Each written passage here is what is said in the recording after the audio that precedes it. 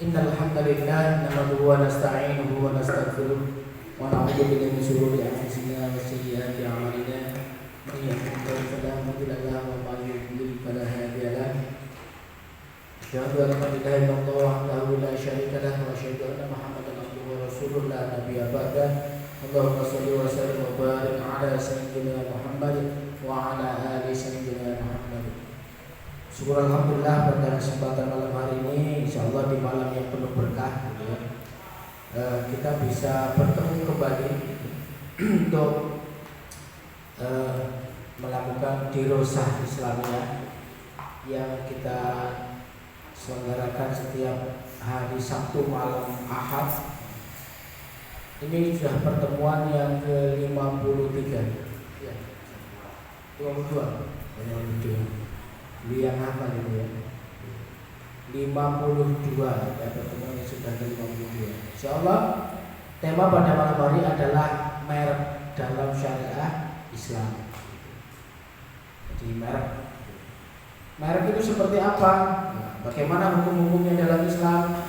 Apakah boleh diperjualbelikan? Gitu ya. Insyaallah nanti pada kesempatan malam hari ini akan kita bahas.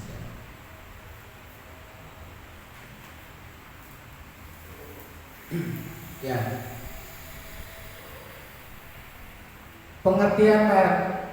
Kita bahas dulu pengertian merek. Jadi menurut Syekh Syed Ghazali, seorang ulama yang biasa membuat pendapatnya soal hukum bisnis, ekonomi. Merek atau alamah tijariyah adalah nama atau bentuk yang membedakan suatu barang dagangan tertentu dengan barang-barang dagangan lainnya. Merek ya. Tahu merek ya? Kayak begini-begini nih, mereknya apa nih? Nah, santri gitu ya. Merek. Jadi adalah nama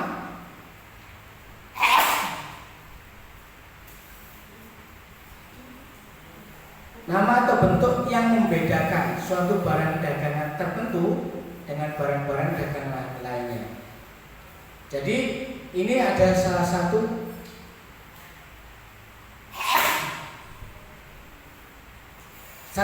pembeda, sama-sama air mineralnya, tetapi yang satu ada bermerek Santri, Aqua, ya, Le Minerale, apalagi itu, Aquase, ya, dan yang lain-lain lah. Nah, itu berarti salah satu fungsinya adalah pembeda. Ya. Bahkan kalau sedikit ini ya, sedikit kita kupas soal merek. Jadi kalau kita belajar tentang transformasi bisnis, perubahan di dalam bisnis, yang pertama itu ada namanya barang-barang komoditas.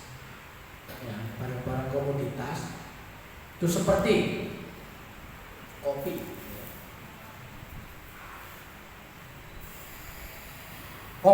gula, beras, ya pokoknya barang-barang komoditas lah ya. Salah satu sifat dari barang komoditas itu, yang pertama adalah buy bulk. Buy bulk itu kalau beli jumlahnya banyak, gitu ya. Contoh misalkan beli kopi misalkan 1 kilo, gitu ya. Bahkan bisa jadi berapa kintal, gitu, kalau beli, gitu ya. Buy bulk, barang komoditas. Nah, itu salah satu ciri. Ciri yang kedua adalah biasanya barang-barang komoditas itu sangat sensitif dengan harga.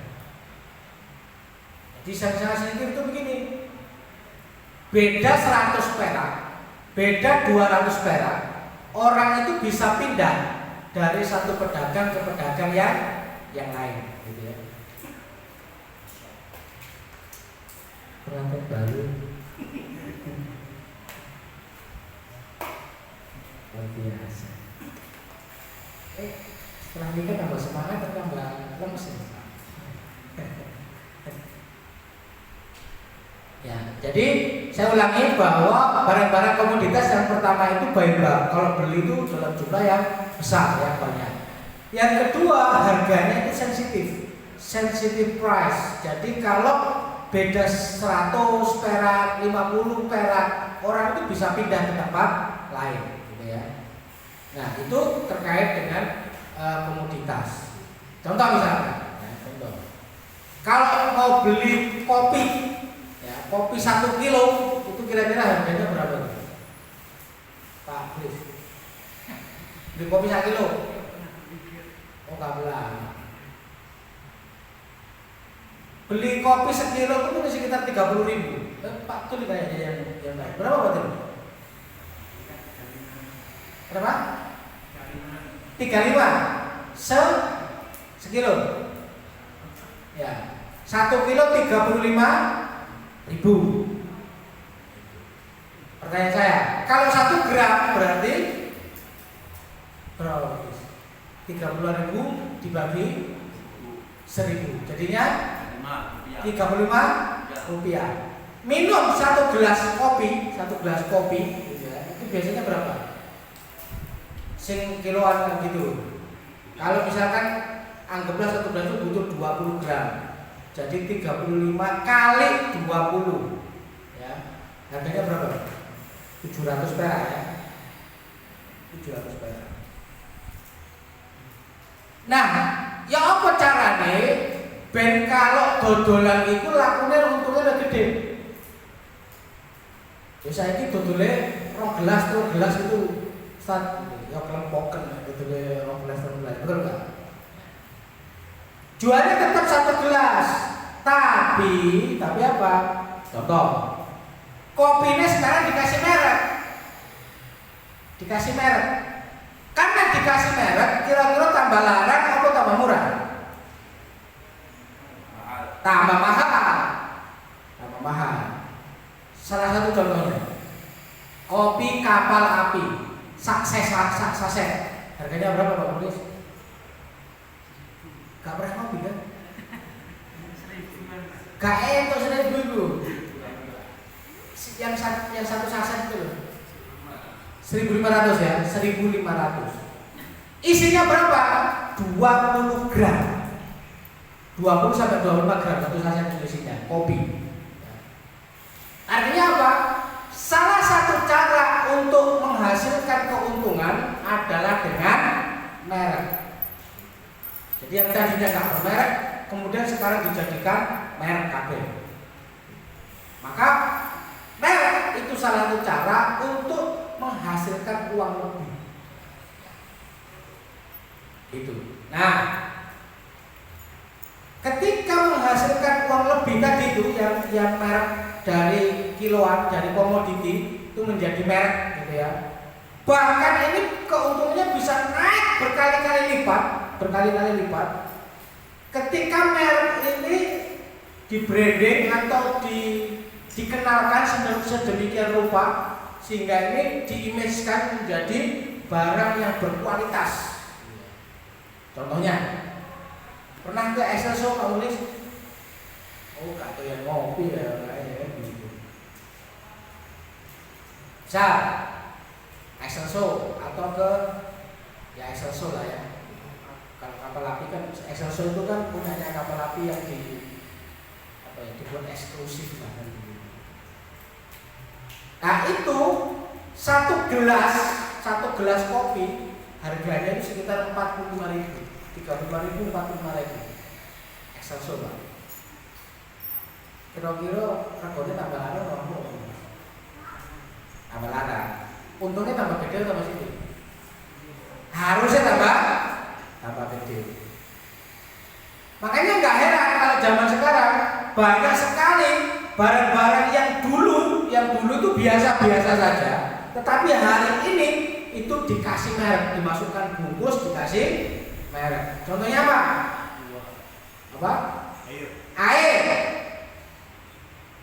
Coba dulu kita mau minum, orang jualan kayak begini, nggak laku, betul ya? Nggak laku. Peristiwa yang paling aneh dulu itu adalah ketika teh itu dimasukkan dalam botol, kemudian dijual.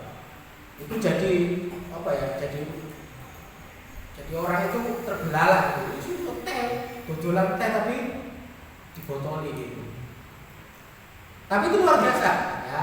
Aqua atau air mineral atau air putih dikasih botol, dikasih merek. Pertanyaan saya begini, ini kalau ke rumah saya, Pak Muhlis datang ke rumah saya, tak suguhan putih, kira-kira tuku apa? Waduh dewe, gratis apa beli? Gratis. Waduh dewe ya, gratis. Ya waduh dewe, gak perlu tuku. Tapi sekarang orang rata-rata beli, banyak yang beli. Contohnya lagi, pernah dengar nasi goreng kan? Yang bumbunya itu disasetin dikasih merek. Nah, yang dulu mungkin orang itu nggak melakukan itu. Nasi goreng itu punya pinggir jalan, tapi ini bumbunya dijual sasetan. Sampai sambel, cabai harganya mahal atau murah Pak Mulis? Mahal. Apalagi cabai dikeringkan, dikasih botol, dikasih merek, bon cabai, tambah mahal lagi. Jadi apa kesimpulannya? Kesimpulannya merek itu punya nilai finansial, betul nggak? Punya harga, punya sesuatu yang dinilai.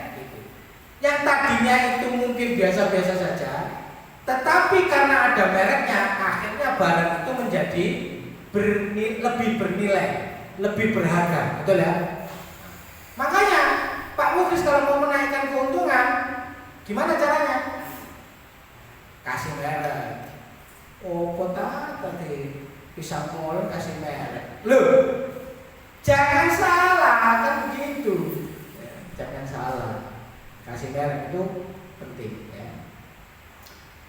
Dulu ketika saya mendampingi pengusaha di Bandung, itu salah satunya begitu, nanya sama saya, Coach, saya itu jualan beras. Terus kenapa?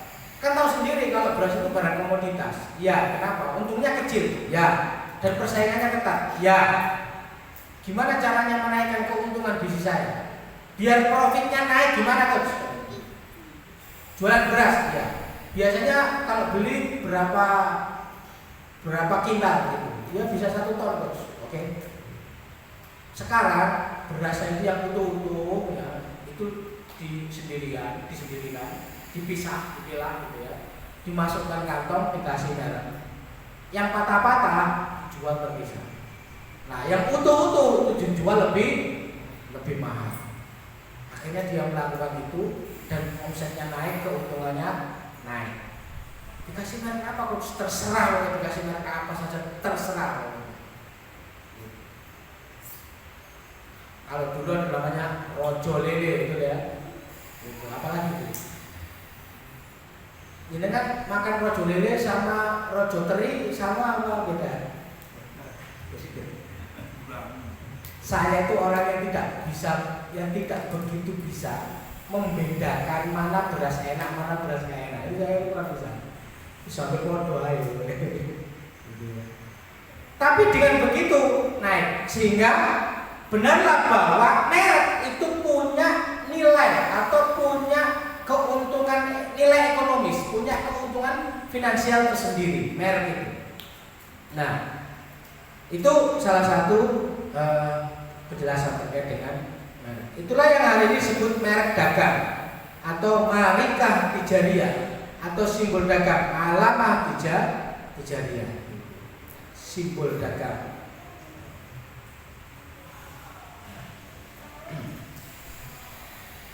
Pengertian merek menurut Wikipedia, ini menurut umum dulu ya, menurut umum dulu. Merek atau merek dagang adalah nama atau simbol yang diasosiasikan dengan produk barang atau jasa tertentu dan menimbulkan arti psikologis atau asosiasi. Jadi merek itu simbol sesuatu yang ketika kita sebutkan, kepala kita ini akan terasosiasi, akan terkait dengan satu barang atau jasa tertentu. Betul ya? Contoh. Kalau kita sebut nama Soklin, apa? Di kepalanya apa? Deterjen. Disebut Soklin, di kepala kita itu deterjen. Itulah asosiasi. Ya, asosiasi dengan produk barang tertentu, ya, merek. Contoh lagi,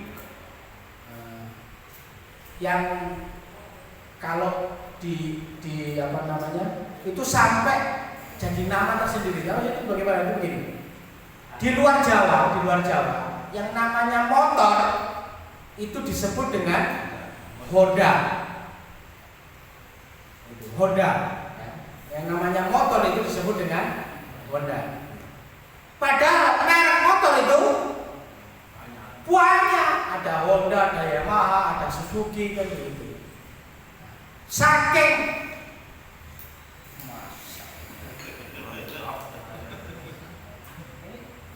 setelah menikah tembacus kayaknya.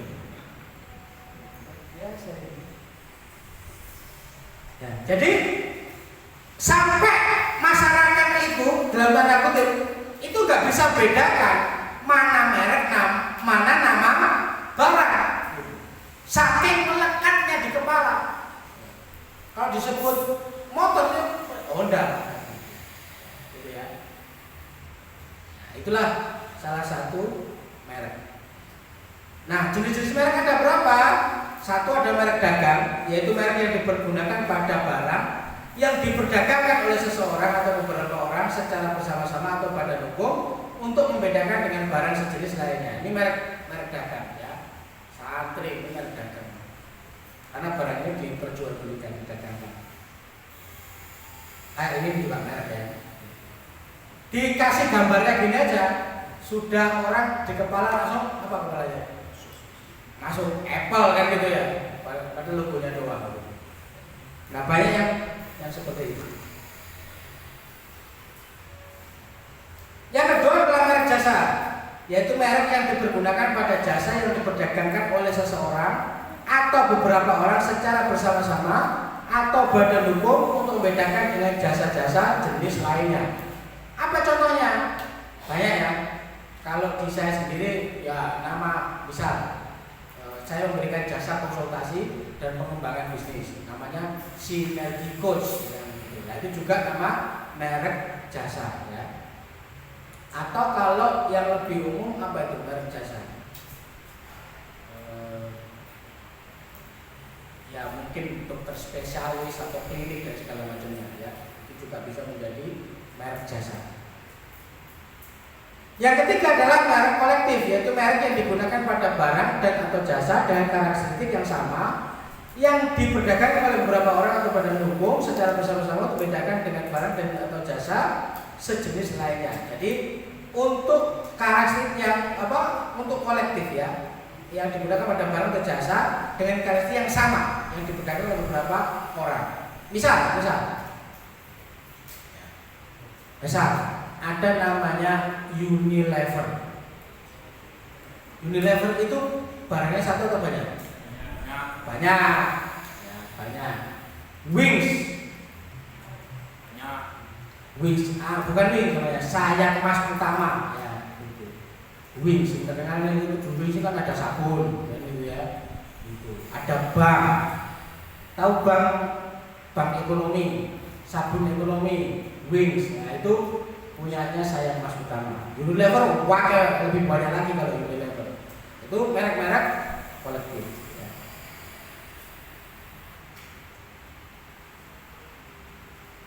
Bagaimana merek menurut Undang-Undang Nomor 15 Tahun 2001 tentang merek? Merek adalah suatu tanda yang berupa gambar, nama, kata, huruf-huruf, angka, susunan warna atau kombinasi dari unsur-unsur tersebut yang memiliki daya pembeda dan digunakan dalam kegiatan perdagangan barang dan jasa. Jadi dilindungi Pak, ini merek ini Pak, dilindungi.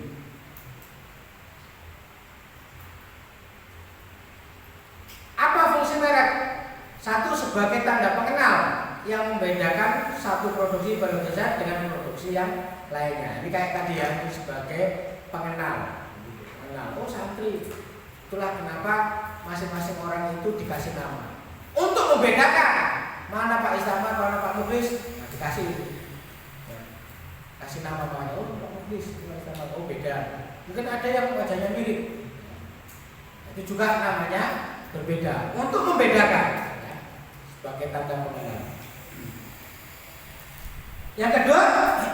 Yang kedua adalah sebagai alat promosi. Alat promosi yang dapat mempromosikan suatu produk, barang atau jasa cukup dengan menyebutkan mereknya saja. Jadi nggak perlu disampaikan. Gitu ya. Ini Bu, Bapak, kita menjual yang namanya deterjen yang begini. Ya. Cukup disebutkan Rinso, Soklin, ya. Sama kayak ini, Hendra, cukup disebut dengan Satri. Nggak perlu disebutkan apa yang ada secara tampak luarnya. Di sebagai alat promosi. Yang ketiga, sebagai jaminan kualitas yang memberikan jaminan kepada konsumen akan kualitas suatu produk, barang atau jasa. Makanya kalau orang-orang jualan air-air yang apa itu? Air-air yang pH-nya tinggi, apa biasanya itu kan ada alat tesnya tuh, sehingga ketika dites, oh ini hitam warnanya gitu, apa kayak air oksi kah, air apa kah kayak gitu ya, itu kan dicek masing-masing, sehingga apa memang setiap barang itu punya kualitas masing-masing, gitu, punya pembeda masing-masing. Contohnya ini, kenapa? Misalnya ini tidak apa ya, tidak membela gitu, cuma ini menjelaskan aja duduk perkaranya. Contohnya tahu aqua ya? Aqua itu disebut dengan air mineral, sehingga memang di dalamnya itu banyak mineral-mineral yang ditambahkan itu. Nah, kalau mineral-mineral ini dites dengan sebuah alat, ini pasti kedeteksi, pasti ketahuan, sehingga mungkin warnanya hitam dan segala macamnya. Ya memang benar itu namanya mineral. Itu. Nah, di bagian-bagian tertentu, apa itu bagian tertentu? Masya Allah. Ya.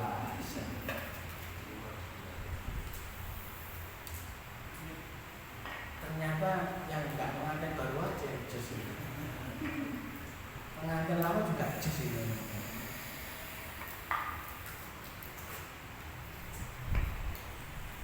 Ide baru, biasanya kopi sekarang STMJ, wah susu telur madu jos. Ya, jadi memang ketika dicek ya pasti warnanya hitam karena memang dia mineral yang terdeteksi itu. Lah untuk merek-merek yang lain bisa jadi airnya nggak mengandung mineral sehingga nggak terdeteksi. Ya. Makanya setiap produk itu punya kualitas, punya apa ya, punya keunggulan masing-masing gitu. Ada yang fokus di mineralnya, ada yang apa gitu. Sama kayak begini. Kalau jenengan menginap di hotel, mungkin kita nggak akan terpikirkan, pokoknya yang penting hotel dituruni. Tapi sebenarnya setiap hotel itu ada konsepnya masing-masing. Contoh misalkan hotel yang hanya untuk apa ya, tempat persinggahan orang yang kerja, mungkin convention hall atau apa, sehingga ruangan hotelnya itu kecil-kecil. Kenapa kok kecil-kecil? Karena hotel itu diperuntukkan bagi orang yang sibuk kerja. Jadi di luar kota, pertemuan di kota itu, sibuk kerja, malam pulang ke hotel, nginep, tidur, besok pagi kerja lagi, sehingga tidak membutuhkan konsep kamar yang lebar dan segala macamnya. Tapi ada hotel yang konsepnya rekreasi, sehingga apa? Di dalam ruangan hotel itu konsepnya keluarga, lebar, banyak, beberapa ada tempat tidurnya. ada ruang TV-nya, ada tempat tidurnya, ada tempat tidur anak. Bahkan di luarnya anak itu disetting pemandangannya bagus dan segala macamnya. Kenapa? Karena konsepnya rekreasi. Ada yang konsepnya itu convention hall. Jadi untuk rapat, pertemuan dan segala macamnya. Sehingga di dalam hotel itu yang banyak itu ruang-ruang meeting banyak. Sedangkan kamarnya sederhana, sempit-sempit sederhana gitu aja. Nah, kita selama ini itu bisa jadi nggak memperhatikan itu, gitu loh. Padahal itu ada peruntukannya masing-masing. Sama kayak kita minum air. Kita minum air itu nggak mikir, minum air putih itu. Aku minum air apa nggak mikir, sebelum minum udah pokoknya. Rasa seger beres. Tapi sebenarnya setiap air itu ada peruntukannya masing-masing. Ini fokus di mana, ini fokus di mana, ini fokus di mana, ini fokus di mana, gitu. Makanya dikasih merek masing-masing. Nah, kalau nanti diuji, ya nggak bisa apple to apple, nggak bisa disamakan. Kenapa nggak bisa disamakan? Ya karena masing-masing barang punya kualitasnya sendiri-sendiri. Nah, itu sebenarnya, apalagi kalau kita berpikir soal jasa. Jasa itu sulit untuk dibedakan. Sama-sama dokter spesialis, misalkan dokter spesialis anak, dua-duanya sama. Tapi saya yakin yang namanya pelayanan pasti berbeda. Namanya jasa. Sulit sekali untuk disamakan, itu sangat sulit sekali. Contohnya apa? Ya dokter anak tadi, ada yang sama anak itu sangat welcome, sangat komunikatif sama anak. Ada dokter yang biasa saja gitu ya. Oh ya Bu, anaknya begini, sakit ini obatnya selesai. Tapi ada dokter yang begitu datang, itu langsung sudah menyapa anaknya. Itu juga yang berbeda dari sisi kualitas jasa. Ya. Makanya merek salah satu fungsinya adalah sebagai jaminan kualitas. Ya, kualitas. Ini kualitasnya ini di bidang apa? Mutunya terkait dengan apa? Ya. Yang keempat, sebagai penunjuk asal produk.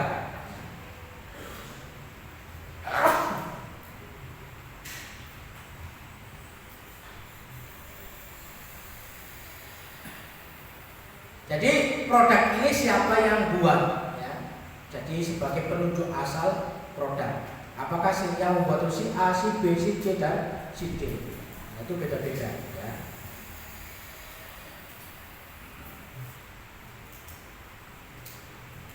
Nah,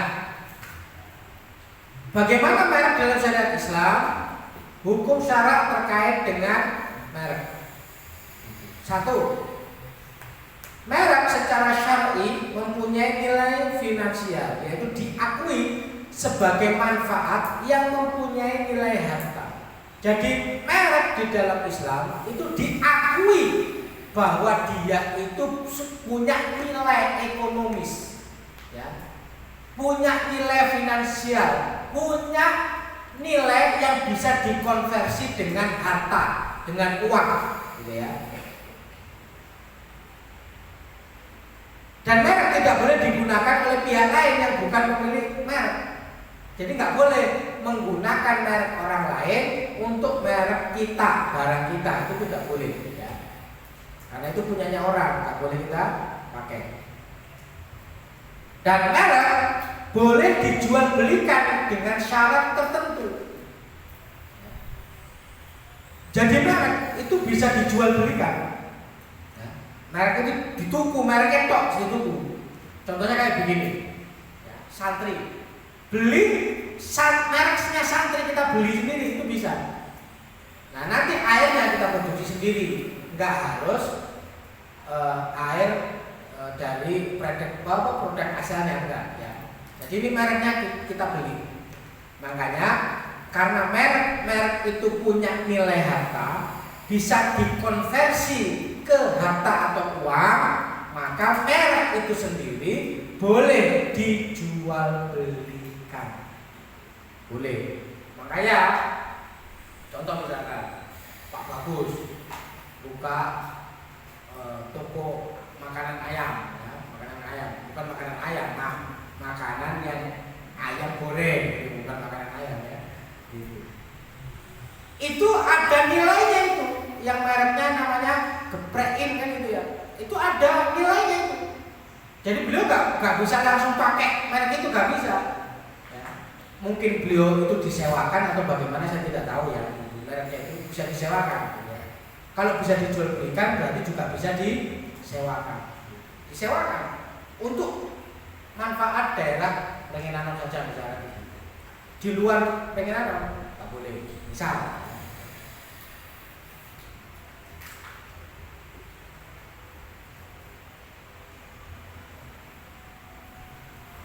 Merek secara syar'i, penjelasan dari merek secara syar'i mempunyai nilai finansial. Itu berdasarkan bagaimana?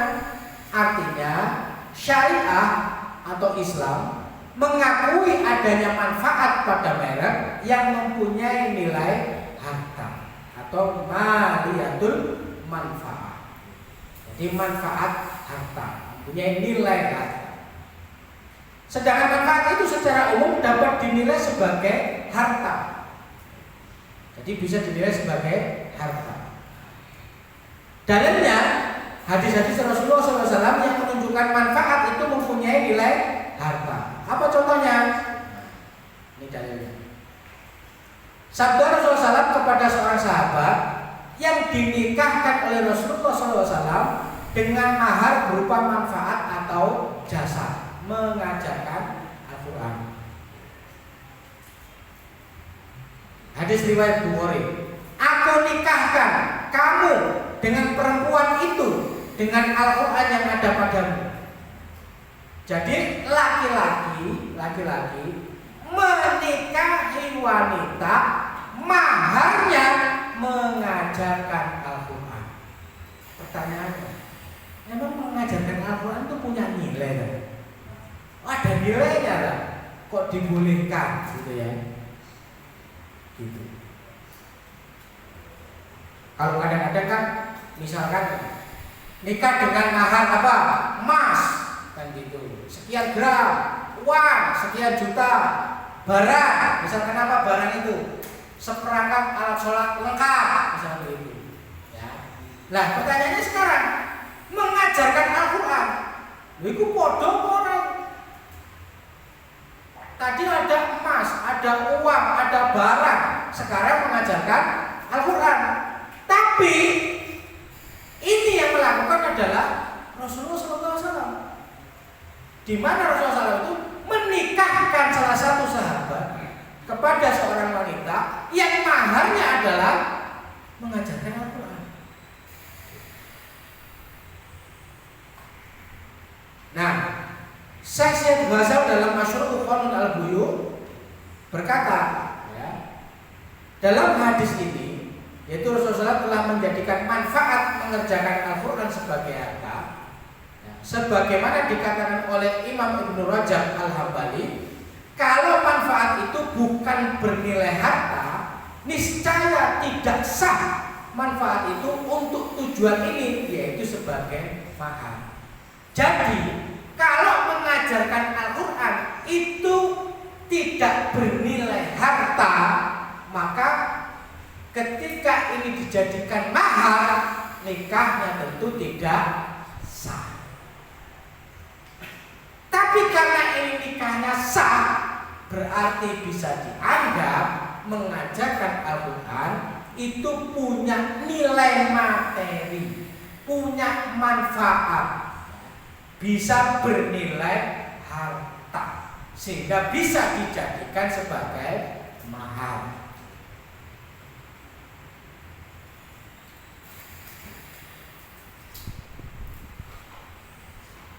Nah, yang memperkuat bahwa manfaat itu adalah harta, jadi manfaat mengajarkan Al-Quran itu termasuk bisa bernilai harta, adalah hadis riwayat Al-Bukhari bahwa Rasulullah SAW bersabda, sesungguhnya sesuatu yang kalian paling berhak mendapat upah atasnya adalah kitabullah.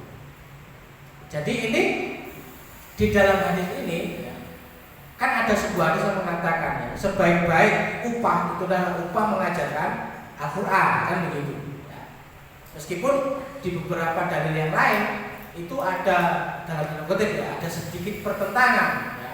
Janganlah kamu mengajarkan Al-Quran dengan mengambil upahnya kan begitu ya. Oke. Sehingga apa? Dari hadis ini kita juga bisa melihat bahwa memang mengajarkan Al-Quran itu ada manfaat atau ada nilai hartanya ya. Seperti orang bekerja kemudian dikasih upah gitu ya. Jadi ada manfaatnya. Ini manfaat jasa atau manfaat lah gitu ya.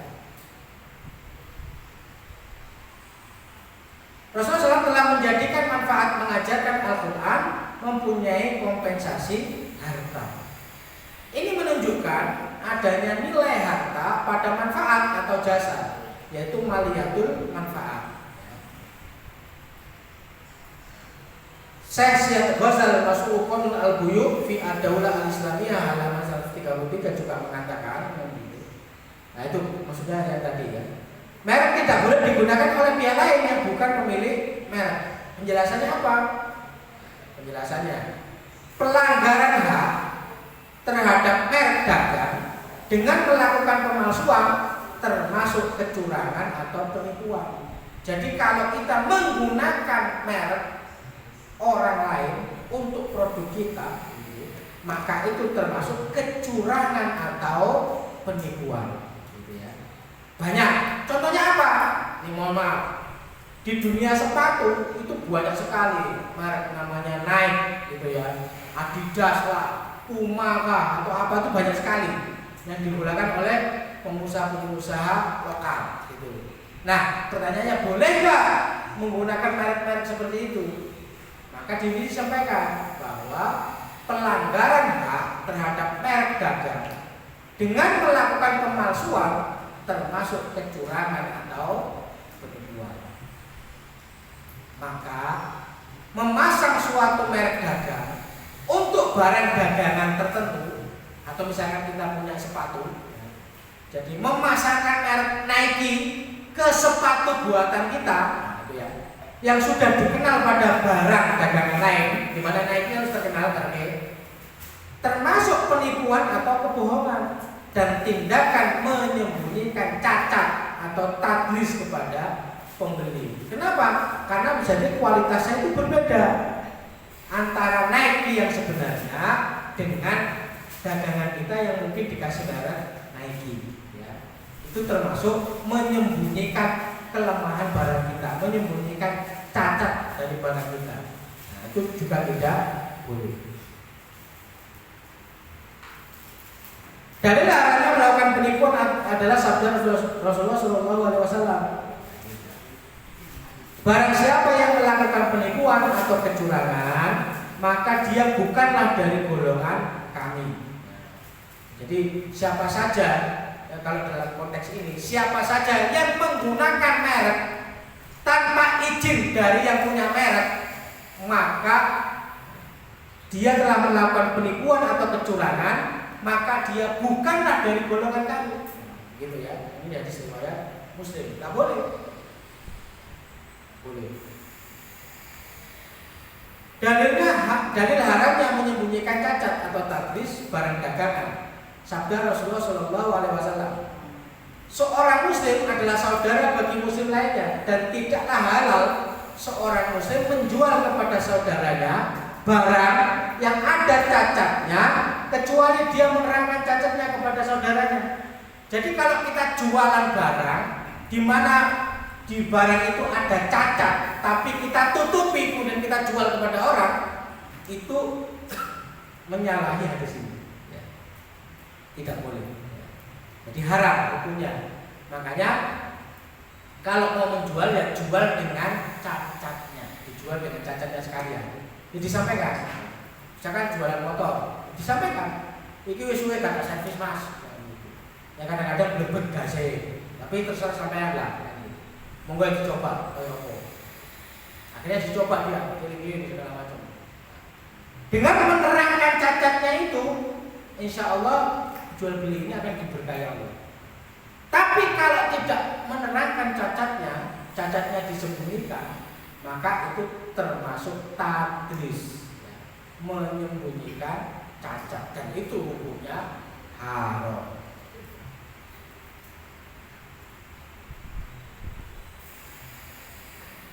Yang ketiga, merek boleh dan sah diperjualbelikan sebab merek mempunyai manfaat pada dasarnya yang mempunyai nilai finansial. Namun dengan syarat pemilik merek asli harus memberikan segala informasi dan keahlian yang melekat pada merek itu kepada pembeli. Jadi kalau mereknya mau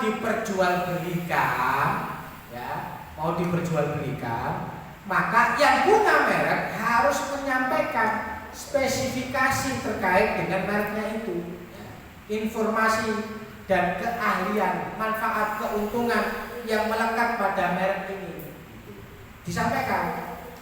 Merek ini sudah dikenal oleh sekitar 1 juta orang.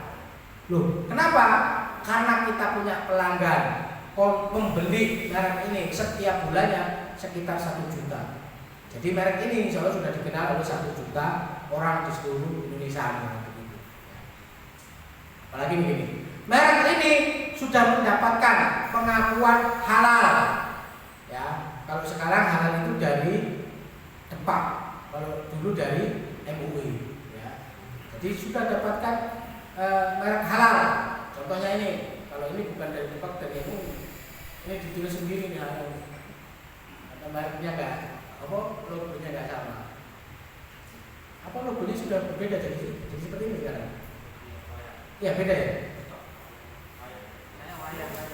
Oh kayak layar-layar, ya benar berarti ya. Kalau dulu kan tulisan Arab muter gitu ya. Kalau sekarang kayak layar ya. Layar. Wayang, kayak wayang. Tulisannya apa sih ini? Halal gitu ya. Hah? Iya, halal. Contohnya itu. Atau misalkan sudah didaftarkan kayak gini nih. BP POM RI. Nah, ini sudah didaftarkan di BP POM. Nah, gitu ya. Jadi kayak begitulah ya. Jadi orang yang akan menjual mereknya harus memberikan informasi ya dan keahlian yang melekat pada merek itu kepada pembeli. Halo. Dulu tuh saya jamu jago sejak tahun 1970 berapa lah gitu ya. Masih ingat nggak? Nggak ingat ya. Karena sekarang sudah nggak usum, jamu itu nggak usum. Sekarang itu namanya sudah ganti, namanya herbal. Herbal. Sebenarnya sama. Kalau zaman dulu bahasa kita namanya jamu. Kalau sekarang sudah berubah namanya jadi herbal. Padahal jamu juga itu, tapi herbal. Kalau jamu itu dari Cilacap, kalau herbal itu dari Malaysia. Kenapa? Dari Cina ya? Oh ya, dari Cina. Jika syarat tersebut tidak dipenuhi, berarti penjual atau pemilik merek itu telah melakukan penipuan dan kecurangan, dan ini tidak boleh. Nah itu penjelasan merek di dalam syariat Islam. Jika ada pertanyaan soal merek ini, saya persilakan, atau mungkin ada pertanyaan lain yang insya Allah saya bisa jawab, saya jawab. Kalau nggak bisa dijawab, ya dijadikan PR. Terima kasih, itu dari saya. Monggo dilanjut dengan tanya jawab. Monggo.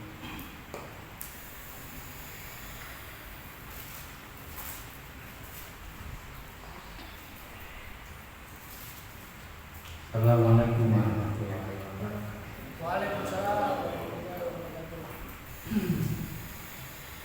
Mau tanya Pak Ustaz, di YouTube itu saya pernah lihat ada air bekas ulama atau habib gitu di lelang untuk jual belikan. Sampai dilelang sampai jutaan, atau sorban atau peci atau bekas bajunya itu. Terus di lain dia ada air azikra atau apa itu yang katanya dilantunkan ayat Al-Quran oleh anak yatim terus dibikin merek terus diperjualbelikan. Tapi kalau dikomersilkan dalam bentuk apa? Agama itu seperti kayak dikomersilkan nih. Hukumnya itu apa ya, Pak Ustaz? Itu aja. Terima kasih. Assalamualaikum warahmatullahi wabarakatuh. Waalaikumsalam. Ada lagi? Monggo. Ada.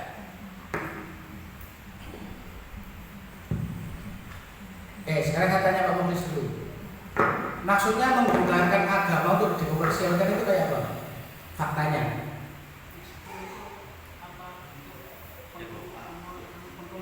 Yayasan buat komoditi gitu kan.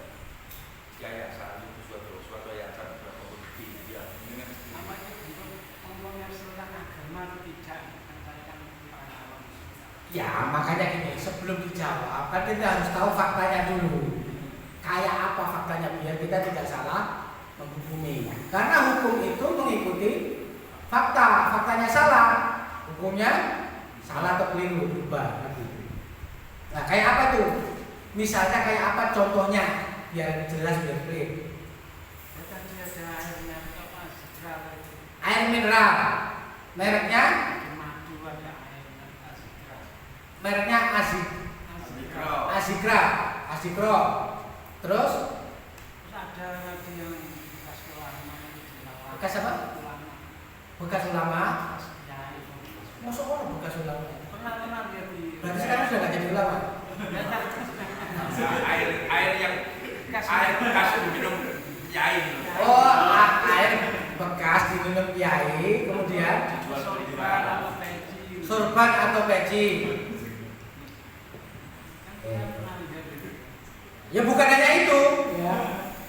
Bukan hanya itu. Dulu saya di Jakarta itu ketika siapa tuh UJ itu, Jeffrey Al-Bukhari itu masih hidup, itu sering melelang baju kah apakah itu sering juga, pernah juga. Pertanyaannya begini, hukum lelang boleh apa enggak? Boleh, boleh. Karena Rasulullah juga pernah melelang, jadi boleh ya. Hukum jual beli boleh. Pertanyaan begini, jual beli itu kan ada 3 syarat. Satu, barang yang diperjualbelikan. Artinya begini, jual beli itu dianggap boleh ketika memenuhi 3 syarat, kan begitu. Syarat yang pertama adalah terkait dengan barangnya. Pertanyaannya begini, barangnya itu halal atau haram? Halal. Yang melakukan itu orang dewasa atau anak-anak atau orang yang berhak melakukan jual beli atau yang tidak berhak melakukan jual beli? Berhak. Karena yang enggak berhak itu kan 2. 1, anak kecil yang belum balik dan juga belum mumayyiz. Kalau mumayyiz itu diperbolehkan tapi dengan nilai harta yang kecil, yang wajar. Jadi misalkan anak saya ini belum balik, anak TK, anak saya yang TK itu belum balik ya. Tapi kemudian dia beli roti, beli es krim, beli kue, beli permen, boleh apa enggak? Boleh. Kalau konsepnya itu yang jual atau yang beli harus balik, dia tidak boleh. Tetapi ada pengecualian. Apa itu? Anak yang mumayyiz. Anak yang mumayyiz, anak yang belum balik tapi sudah tahu mana yang buruk, mana yang baik. Itu namanya mumayyiz. 1. Yang kedua, yang dibeli itu yang diperjualbelikan, barangnya itu barang yang wajar, permen, bukan pokok. Tapi kalau anak mumayyiz kemudian jual belinya laptopnya bapaknya, ya nggak boleh. Nggak boleh. Nah, jadi 1 barangnya, yang kedua pelakunya, yang ketiga ijab kabulnya. Memang ijab kabulnya itu menunjukkan jual beli atau enggak. Jangan-jangan hanya dipinjam atau sewa, tapi yang ditangkapnya jual beli, kan ada begitu. Nah sekarang dari kasusnya Pak Mulis, coba saya tanya, barang yang dijual belikan haram atau halal? Halal. Yang kedua, penjual dan pembelinya sudah balik? Sudah. Yang ketiga, ijab kabulnya jelas nggak bahwa barang ini saya jual, kemudian orang itu bahwa saya ini saya beli? Jelas? Jelas. Pertanyaannya kalau begitu, yang nggak bolehnya di mana Ustaz? Ya. Jadi dari hukum bahwa jual beli itu boleh dan rukunnya terpenuhi, rukun dan syaratnya terpenuhi jual beli. Sekarang baru kita beralih ke apa? Apakah itu termasuk memperjualbelikan agama? Nah, kira-kira jawabannya apa?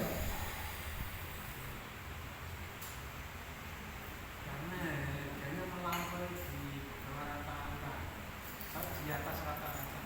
Maksudnya di atas rata-rata? Harganya gini,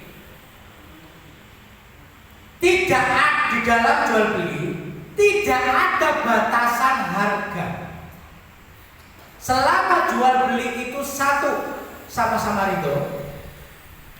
Yang kedua, tidak ada penipuan, gharar atau gobernasi. Ya, tidak ada penipuan atau trik-trik dalam menjual itu ya, itu nggak ada masalah. Artinya apa? Sah-sah saja. Apalagi namanya barang lelang, itu jelas lebih tinggi, nggak mungkin lebih rendah. Kenapa? Karena ini mendapatkan harta yang sebanyak-banyaknya. Contoh, saya mau menyumbang Palestina, ya ini sorban ini atau peci saya ini, mau saya lelang.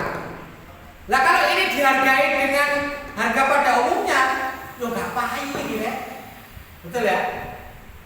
Oh, kopi yang standaris itu, yang ngomong wah, kayak lepuk kayak kapok kan. Tapi kadang-kadang jual belinya itu karena punya niatan lain, yang membantu dan segala macamnya tadi itu. Sehingga peci yang di luar sana itu misalkan harganya 100.000 gitu ya. Lah, saya mau 200.000. Di belakang begitu lagi, tak 300.000. Belasoro, tak 400.000. Yang belah sini, tak 500.000. Yang di belakang sana lagi teriak lagi, tak 1 juta. Ayo, sopo sing arep wani luwih teko 1 juta. Menang wis kawan orang. Tak jual 1 juta. Jebret. Tanya boleh apa kan? Boleh apa kan?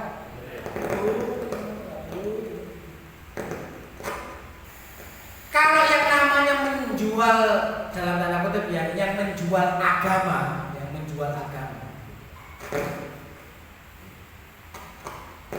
Jadi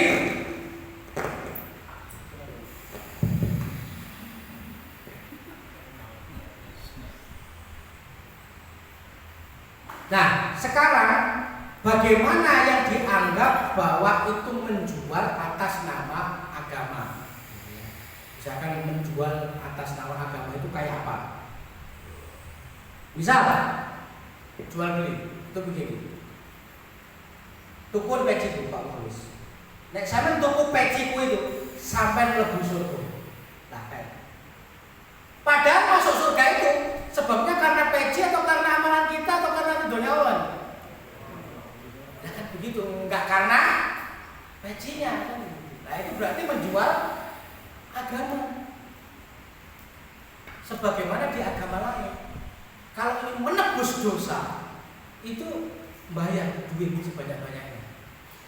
Di agama lain itu ada penebusan dosa. Jadi wong sugih itu iso mlebu surga. Kenapa? Dosanya akeh tapi ditebus sama hartanya sama uang. Lah kalau kita ya nggak ada yang kayak begitu kan begitu ya. Nggak ada yang ditebus pakai hartanya, nggak ada. Perkara sedekah akeh belum tentu juga dia masuk surga. Kenapa? Ingat ya. Ya, layak janganlah kamu takjub. Kenapa? Dari harta yang haram. Ini hadis. Kenapa? Jika harta haram itu disedekahkan, maka tidak akan ada pahalanya. Jadi kontol, nyumbang masjid, wakil, percuma. Di sisi Allah itu nggak dihitung. Kenapa? Harta yang haram disedekahkan itu nggak ada pahalanya. banyak sedekah pun belum tentu dia bisa masuk surga. Kenapa? Kalau pahalanya cuma. Nah, bagi saya itulah yang menjual agama, gitu ya. Jadi jual beli dengan agamanya dia ini bermasuk surga dan di. Oh, bukan ini gitu, nggak ada. Nah, itulah ya menjawab pertanyaan Pak Mukhlis. Jadi kalau dilihat dari sisi bahwa itu jual beli dibolehkan oleh Islam. Yang kedua dari rukun dan syaratnya sesuai kan begitu. Yang ketiga ridho sama-sama ridho. Kalau masalah saya sering itu ditanya, Ustaz boleh nggak kita ngambil untung yang besar? Boleh, kenapa tidak?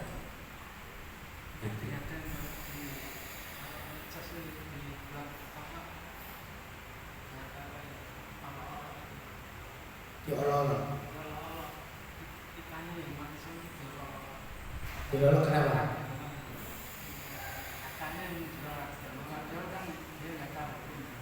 Ya. Kalau kita diolok-olok, berarti yang olok-olok itu kan orang non muslim. Sebenarnya nggak usah ribut-ribut. Di agama mereka yang meminta itu lebih parah lagi.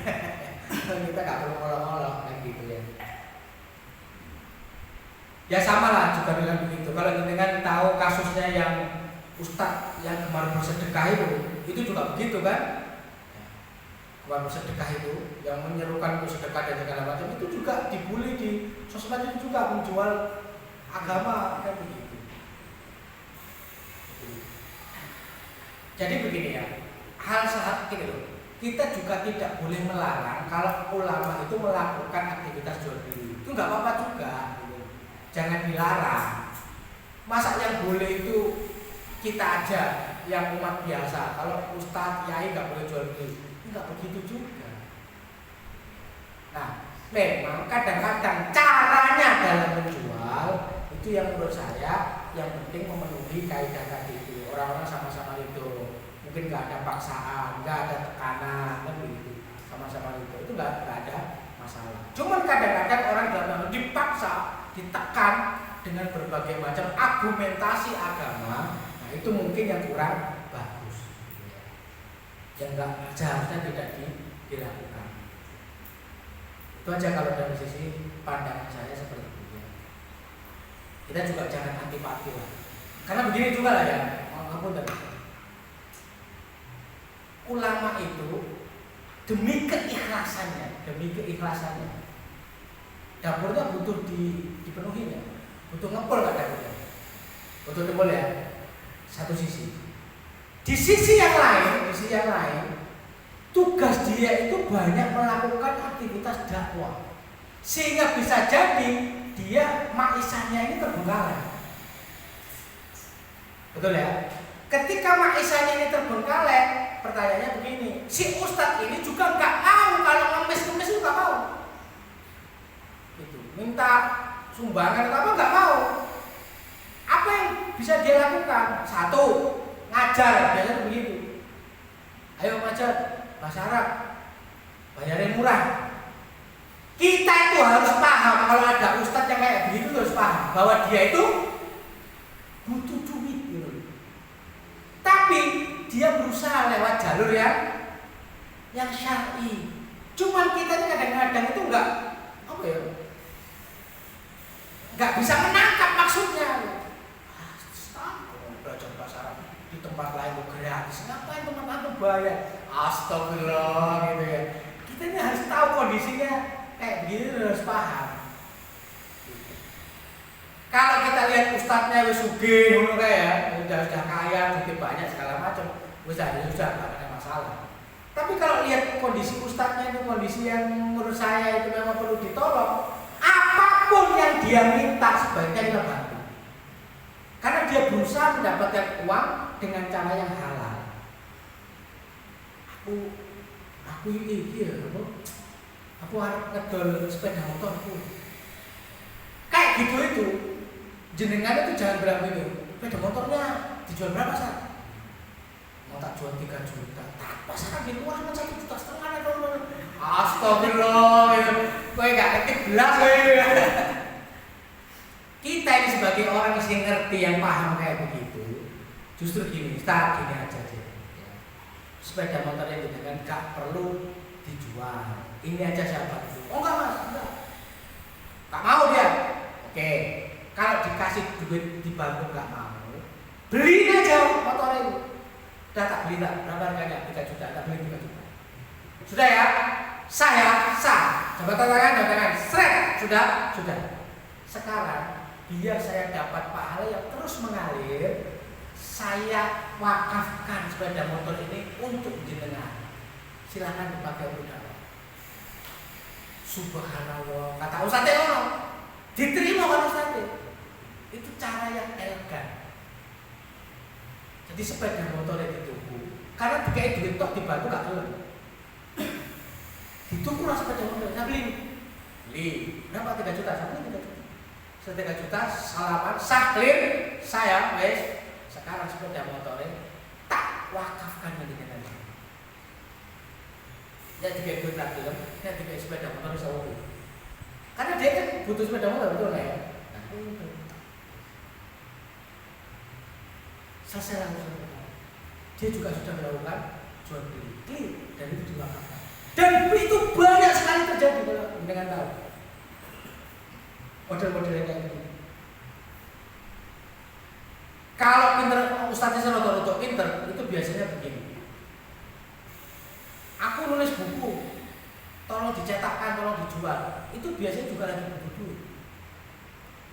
Jadi kita tuh harus tahu ustadz ini modelnya kayak apa. harus paham lah gitu. Kita sebagai orang yang kita bisa bantu, kita bantu. Tapi kalau kita nggak bisa bantu, ya sudah mau apa lagi nggak bisa bantu.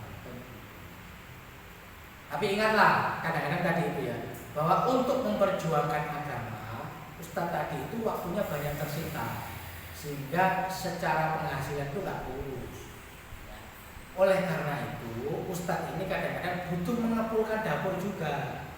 Nah, untuk mengepulkan dapur, kadang-kadang si ustadz ini menjual barang. Kadang-kadang dia ikut travel sehingga mempromosikan travelnya mungkin begitu. Kadang-kadang dia jualan buku ke kita.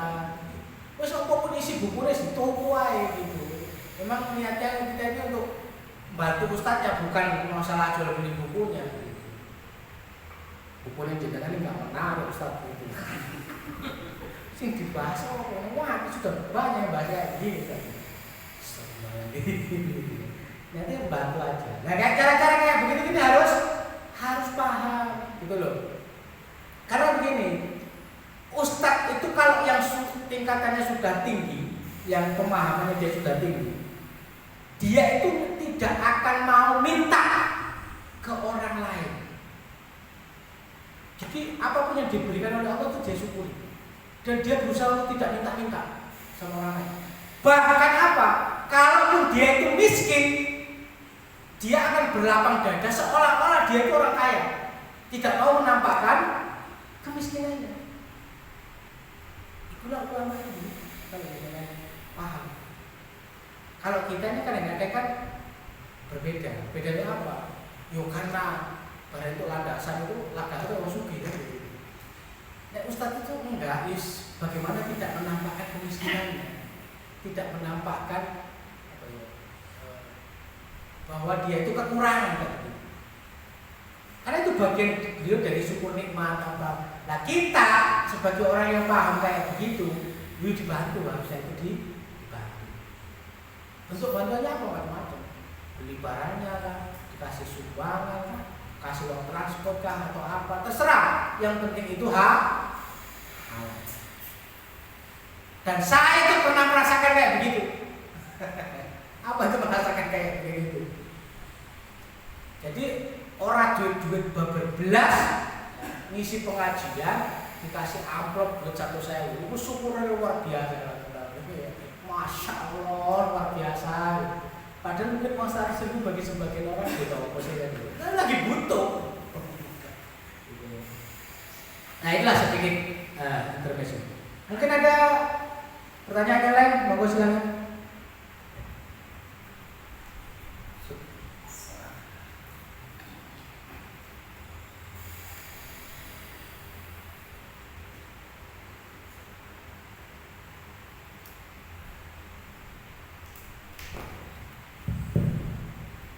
Assalamualaikum warahmatullahi wabarakatuh. Saya mau bertanya terkait masalah seputar merek, Ustaz. Bagaimana hukumnya menggunakan merek-merek yang itu bermakna agama? Contohnya Jibril atau Gabriel atau kardinal, itu kan maknanya senior gereja Romawi.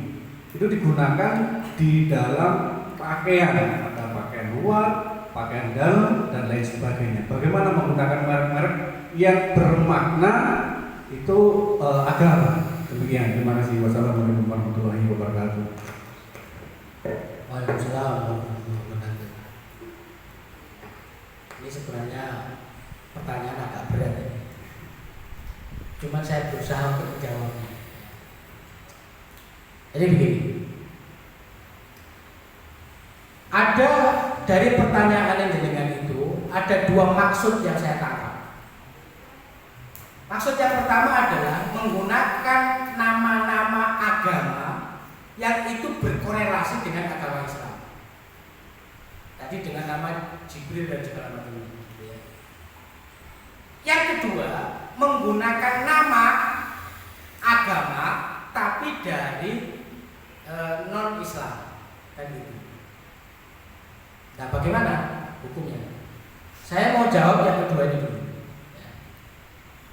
Jadi bolehkah kita menggunakan merek-merek yang terasosiasi dengan agama selain Islam, kan gitu ya? Oke. Di dalam kitab Nidham Islam bab yang ke berapa ya? 4 atau 5 bisa lupa. Di situ ada namanya Hadroh Madaniyah. Ya, mungkin teman-teman sebagian ada yang ingat yang sudah mengkaji kitab itu. Hadroh dan Madaniyah. Jadi ceritanya itu begini. Dulu ulama Islam itu bingung menetapkan status hukum. Salah satunya adalah telepon yang kring-kring gitu ya. Kenapa? Karena telepon ini diciptakan oleh orang kafir.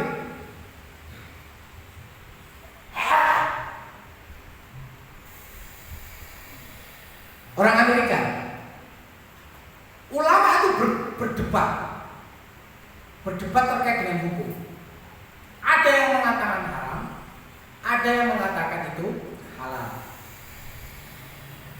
Kemudian Setahuddin An-Nabhani di dalam kitab Nidham Islamnya itu mendefinisikan di dalam bab peradaban itu ada dua, yang namanya Hadroh, ada yang namanya Madaniyah. Apa itu Hadroh? Hadroh adalah segala sesuatu, apakah itu peradaban atau hasil dari sebuah peradaban. Yang dari kalau sisi makna sendiri, Hadroh itu peradaban dari sisi maknanya sendiri. Jadi segala sesuatu, baik itu peradaban ataupun hasil dari sebuah peradaban yang terkorelasi atau yang terhubung, yang terkait dengan peradaban asing atau dengan ideologi asing atau dengan akidah yang lain, maka itu hukumnya adalah haram. Yang kedua, Madaniyah. Apa itu Madaniyah? Segala sesuatu hasil dari peradaban yang tidak terikat, yang tidak terkorelasi dengan akidah atau ideologi atau peradaban yang lain. Contoh. Kalau kita datang ke Mojokerto, di situ kan banyak peninggalan situs-situsnya Mojopahit. Pertanyaannya, boleh nggak kita wisata ke sana? Boleh nggak kita wisata ke sana?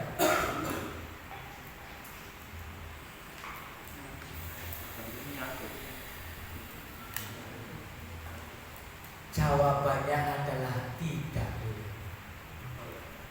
Kenapa kok tidak boleh? Karena itu termasuk hadharah. Itu termasuk sesuatu yang terikat dengan akidah, peradaban, ideologi selain Islam. Sehingga kita tidak boleh untuk datang ke sana untuk mengunjunginya, apalagi berwisata misalkan begitu, foto-foto dan segala macamnya, itu tidak boleh. Atau misal ya, kita boleh nggak kita ya, kalau di Jakarta dulu itu di perempatan lampu merah itu banyak yang menjual salib itu. Atau misalkan kaos metal bergambar salib, boleh nggak kita beli? Nggak boleh. Kenapa nggak boleh? Karena itu terkait dengan hadharah, terkait dengan akidah orang lain, terkait dengan ideologi orang lain, terkait dengan peradaban orang lain yang dipengaruhi oleh ideologi atau akidah tadi, sehingga itu tidak boleh. Pertanyaan lagi, boleh nggak menggunakan merek-merek ya, seperti tadi apa namanya mereknya ini?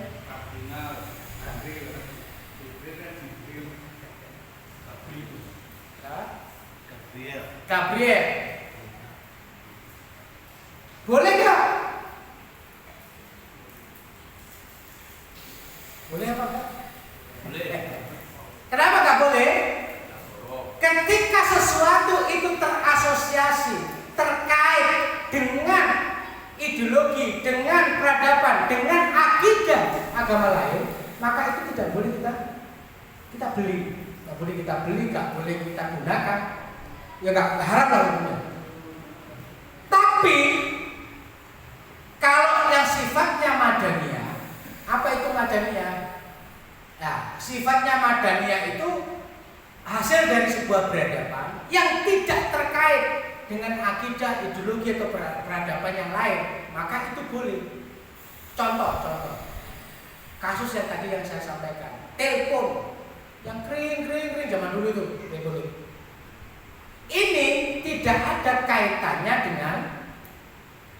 dengan hadharah tertentu, akidah tertentu, tidak ada. Ini murni madaniyah, hasil sebuah peradaban. Maka itu boleh. Makanya kita itu boleh pegang handphone, pegang laptop, meskipun handphone dan laptop itu dibuat oleh orang kafir, oleh orang Amerika dan segala macamnya. Itu boleh, sah-sah saja, tidak ada masalah. Tapi selama itu terkait dengan agama tertentu, maka itu tidak boleh. Nah, itu soal benda ya. Nanti ada lain. Ada lagi itu apa? Ada namanya ilmu, ada namanya saqafah. Ini bukan barang, tapi ini ajaran ilmu. Ada yang namanya ilmu, ada yang namanya saqafah. Ilmu itu enggak terkait sama sekali dengan akidah, hadharah, peradaban oleh orang lain. Tapi kalau saqafah itu terkait. Contohnya apa? Matematika. Boleh nggak kita belajar matematika? Boleh. Kenapa? Karena itu terkategori ilmu. Boleh nggak kita belajar biologi? Boleh.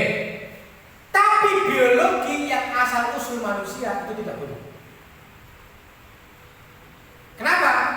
Karena terkait dengan saqafah, terkait dengan hadharah akidah orang lain. Apa contohnya? Asal usul manusia itu dari kera. Itu merusak akidah kita. Dan itu nggak boleh. Itu termasuk saqafah barat, bukan saqafah Islam. Sehingga itu tidak boleh kita pelajari. Kecuali. Jadi begini, kita boleh mempelajari saqafah barat asalkan kita sudah mendalami saqafah Islam. Makanya anak-anak SD yang belum mendalami saqafah Islam kemudian diajarkan tentang itu nggak boleh. Nah, termasuk menggunakan teori itu kita tidak boleh. Teori asal usul manusia, bahwa manusia berasal dari kerak, atau teori asal usul penciptaan bumi. Ada namanya teori Big Bang, pernah dengar kan? Teori Big Bang, tabrakan dua bintang, ya, sampai akhirnya kemudian jadilah bumi. Itu juga tidak boleh. Kenapa nggak boleh? Namanya asal usul bumi itu diciptakan oleh Allah, bukan Big Bang dan segala macamnya. Itu diciptakan oleh Allah. Kalau kita meyakini itu teori Big Bang, atau meyakini misalkan ini dari O2, dari N2, dari H2, kemudian menyatulah unsur-unsur ini akhirnya jadi apa itu yang hewan kecil-kecil, tanaman kecil-kecil, plankton atau apa kan gitu ya.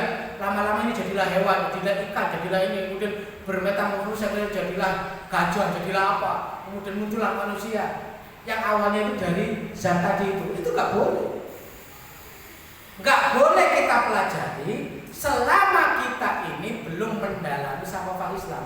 Tapi kalau sudah mendalami Saqafah Islam itu boleh.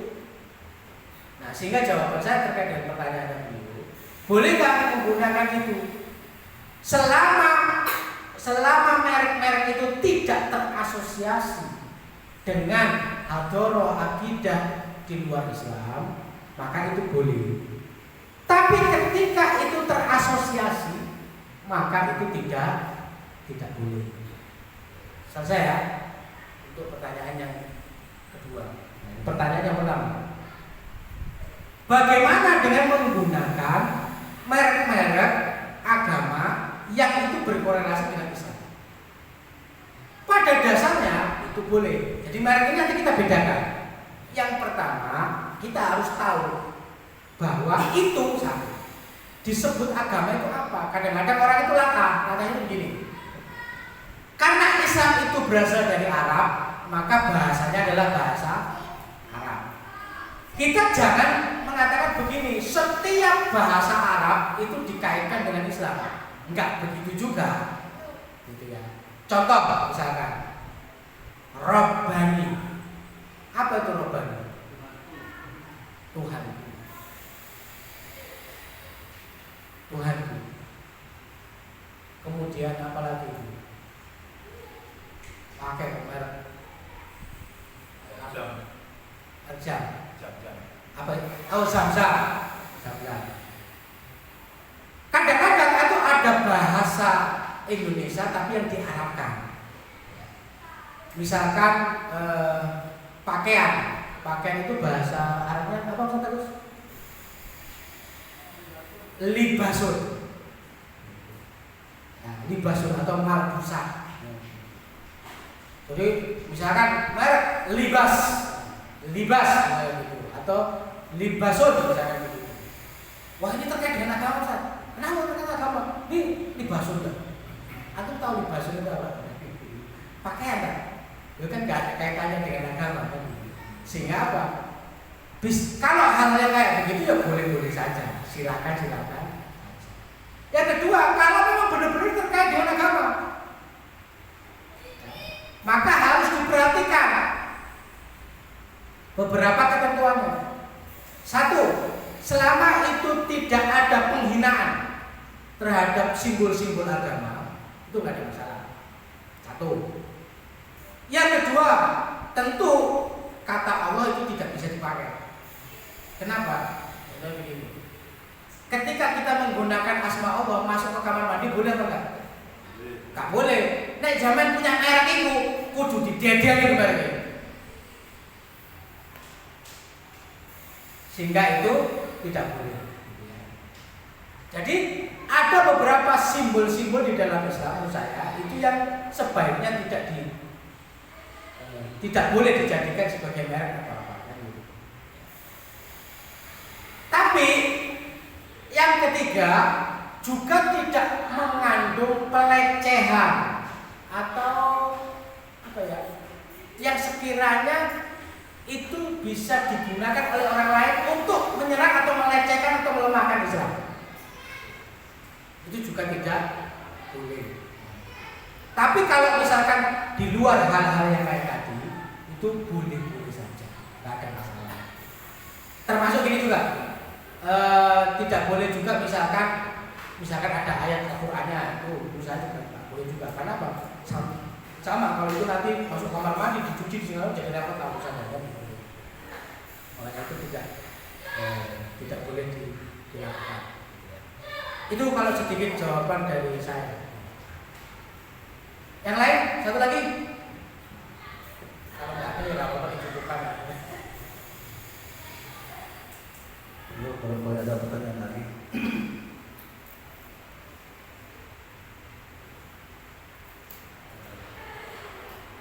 Itu di mana ada STMJ?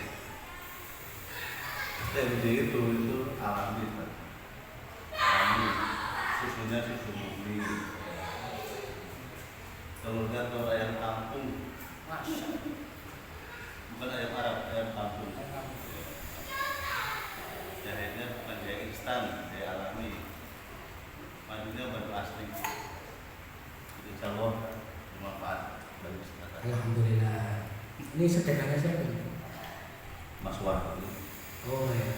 Kita doakan semoga usahanya Mas Wahyu lancar, diberkahi Allah dan juga berkah. Berkah itu artinya semakin bertambah dan bertambahnya itu bertambah menuju kebaikan.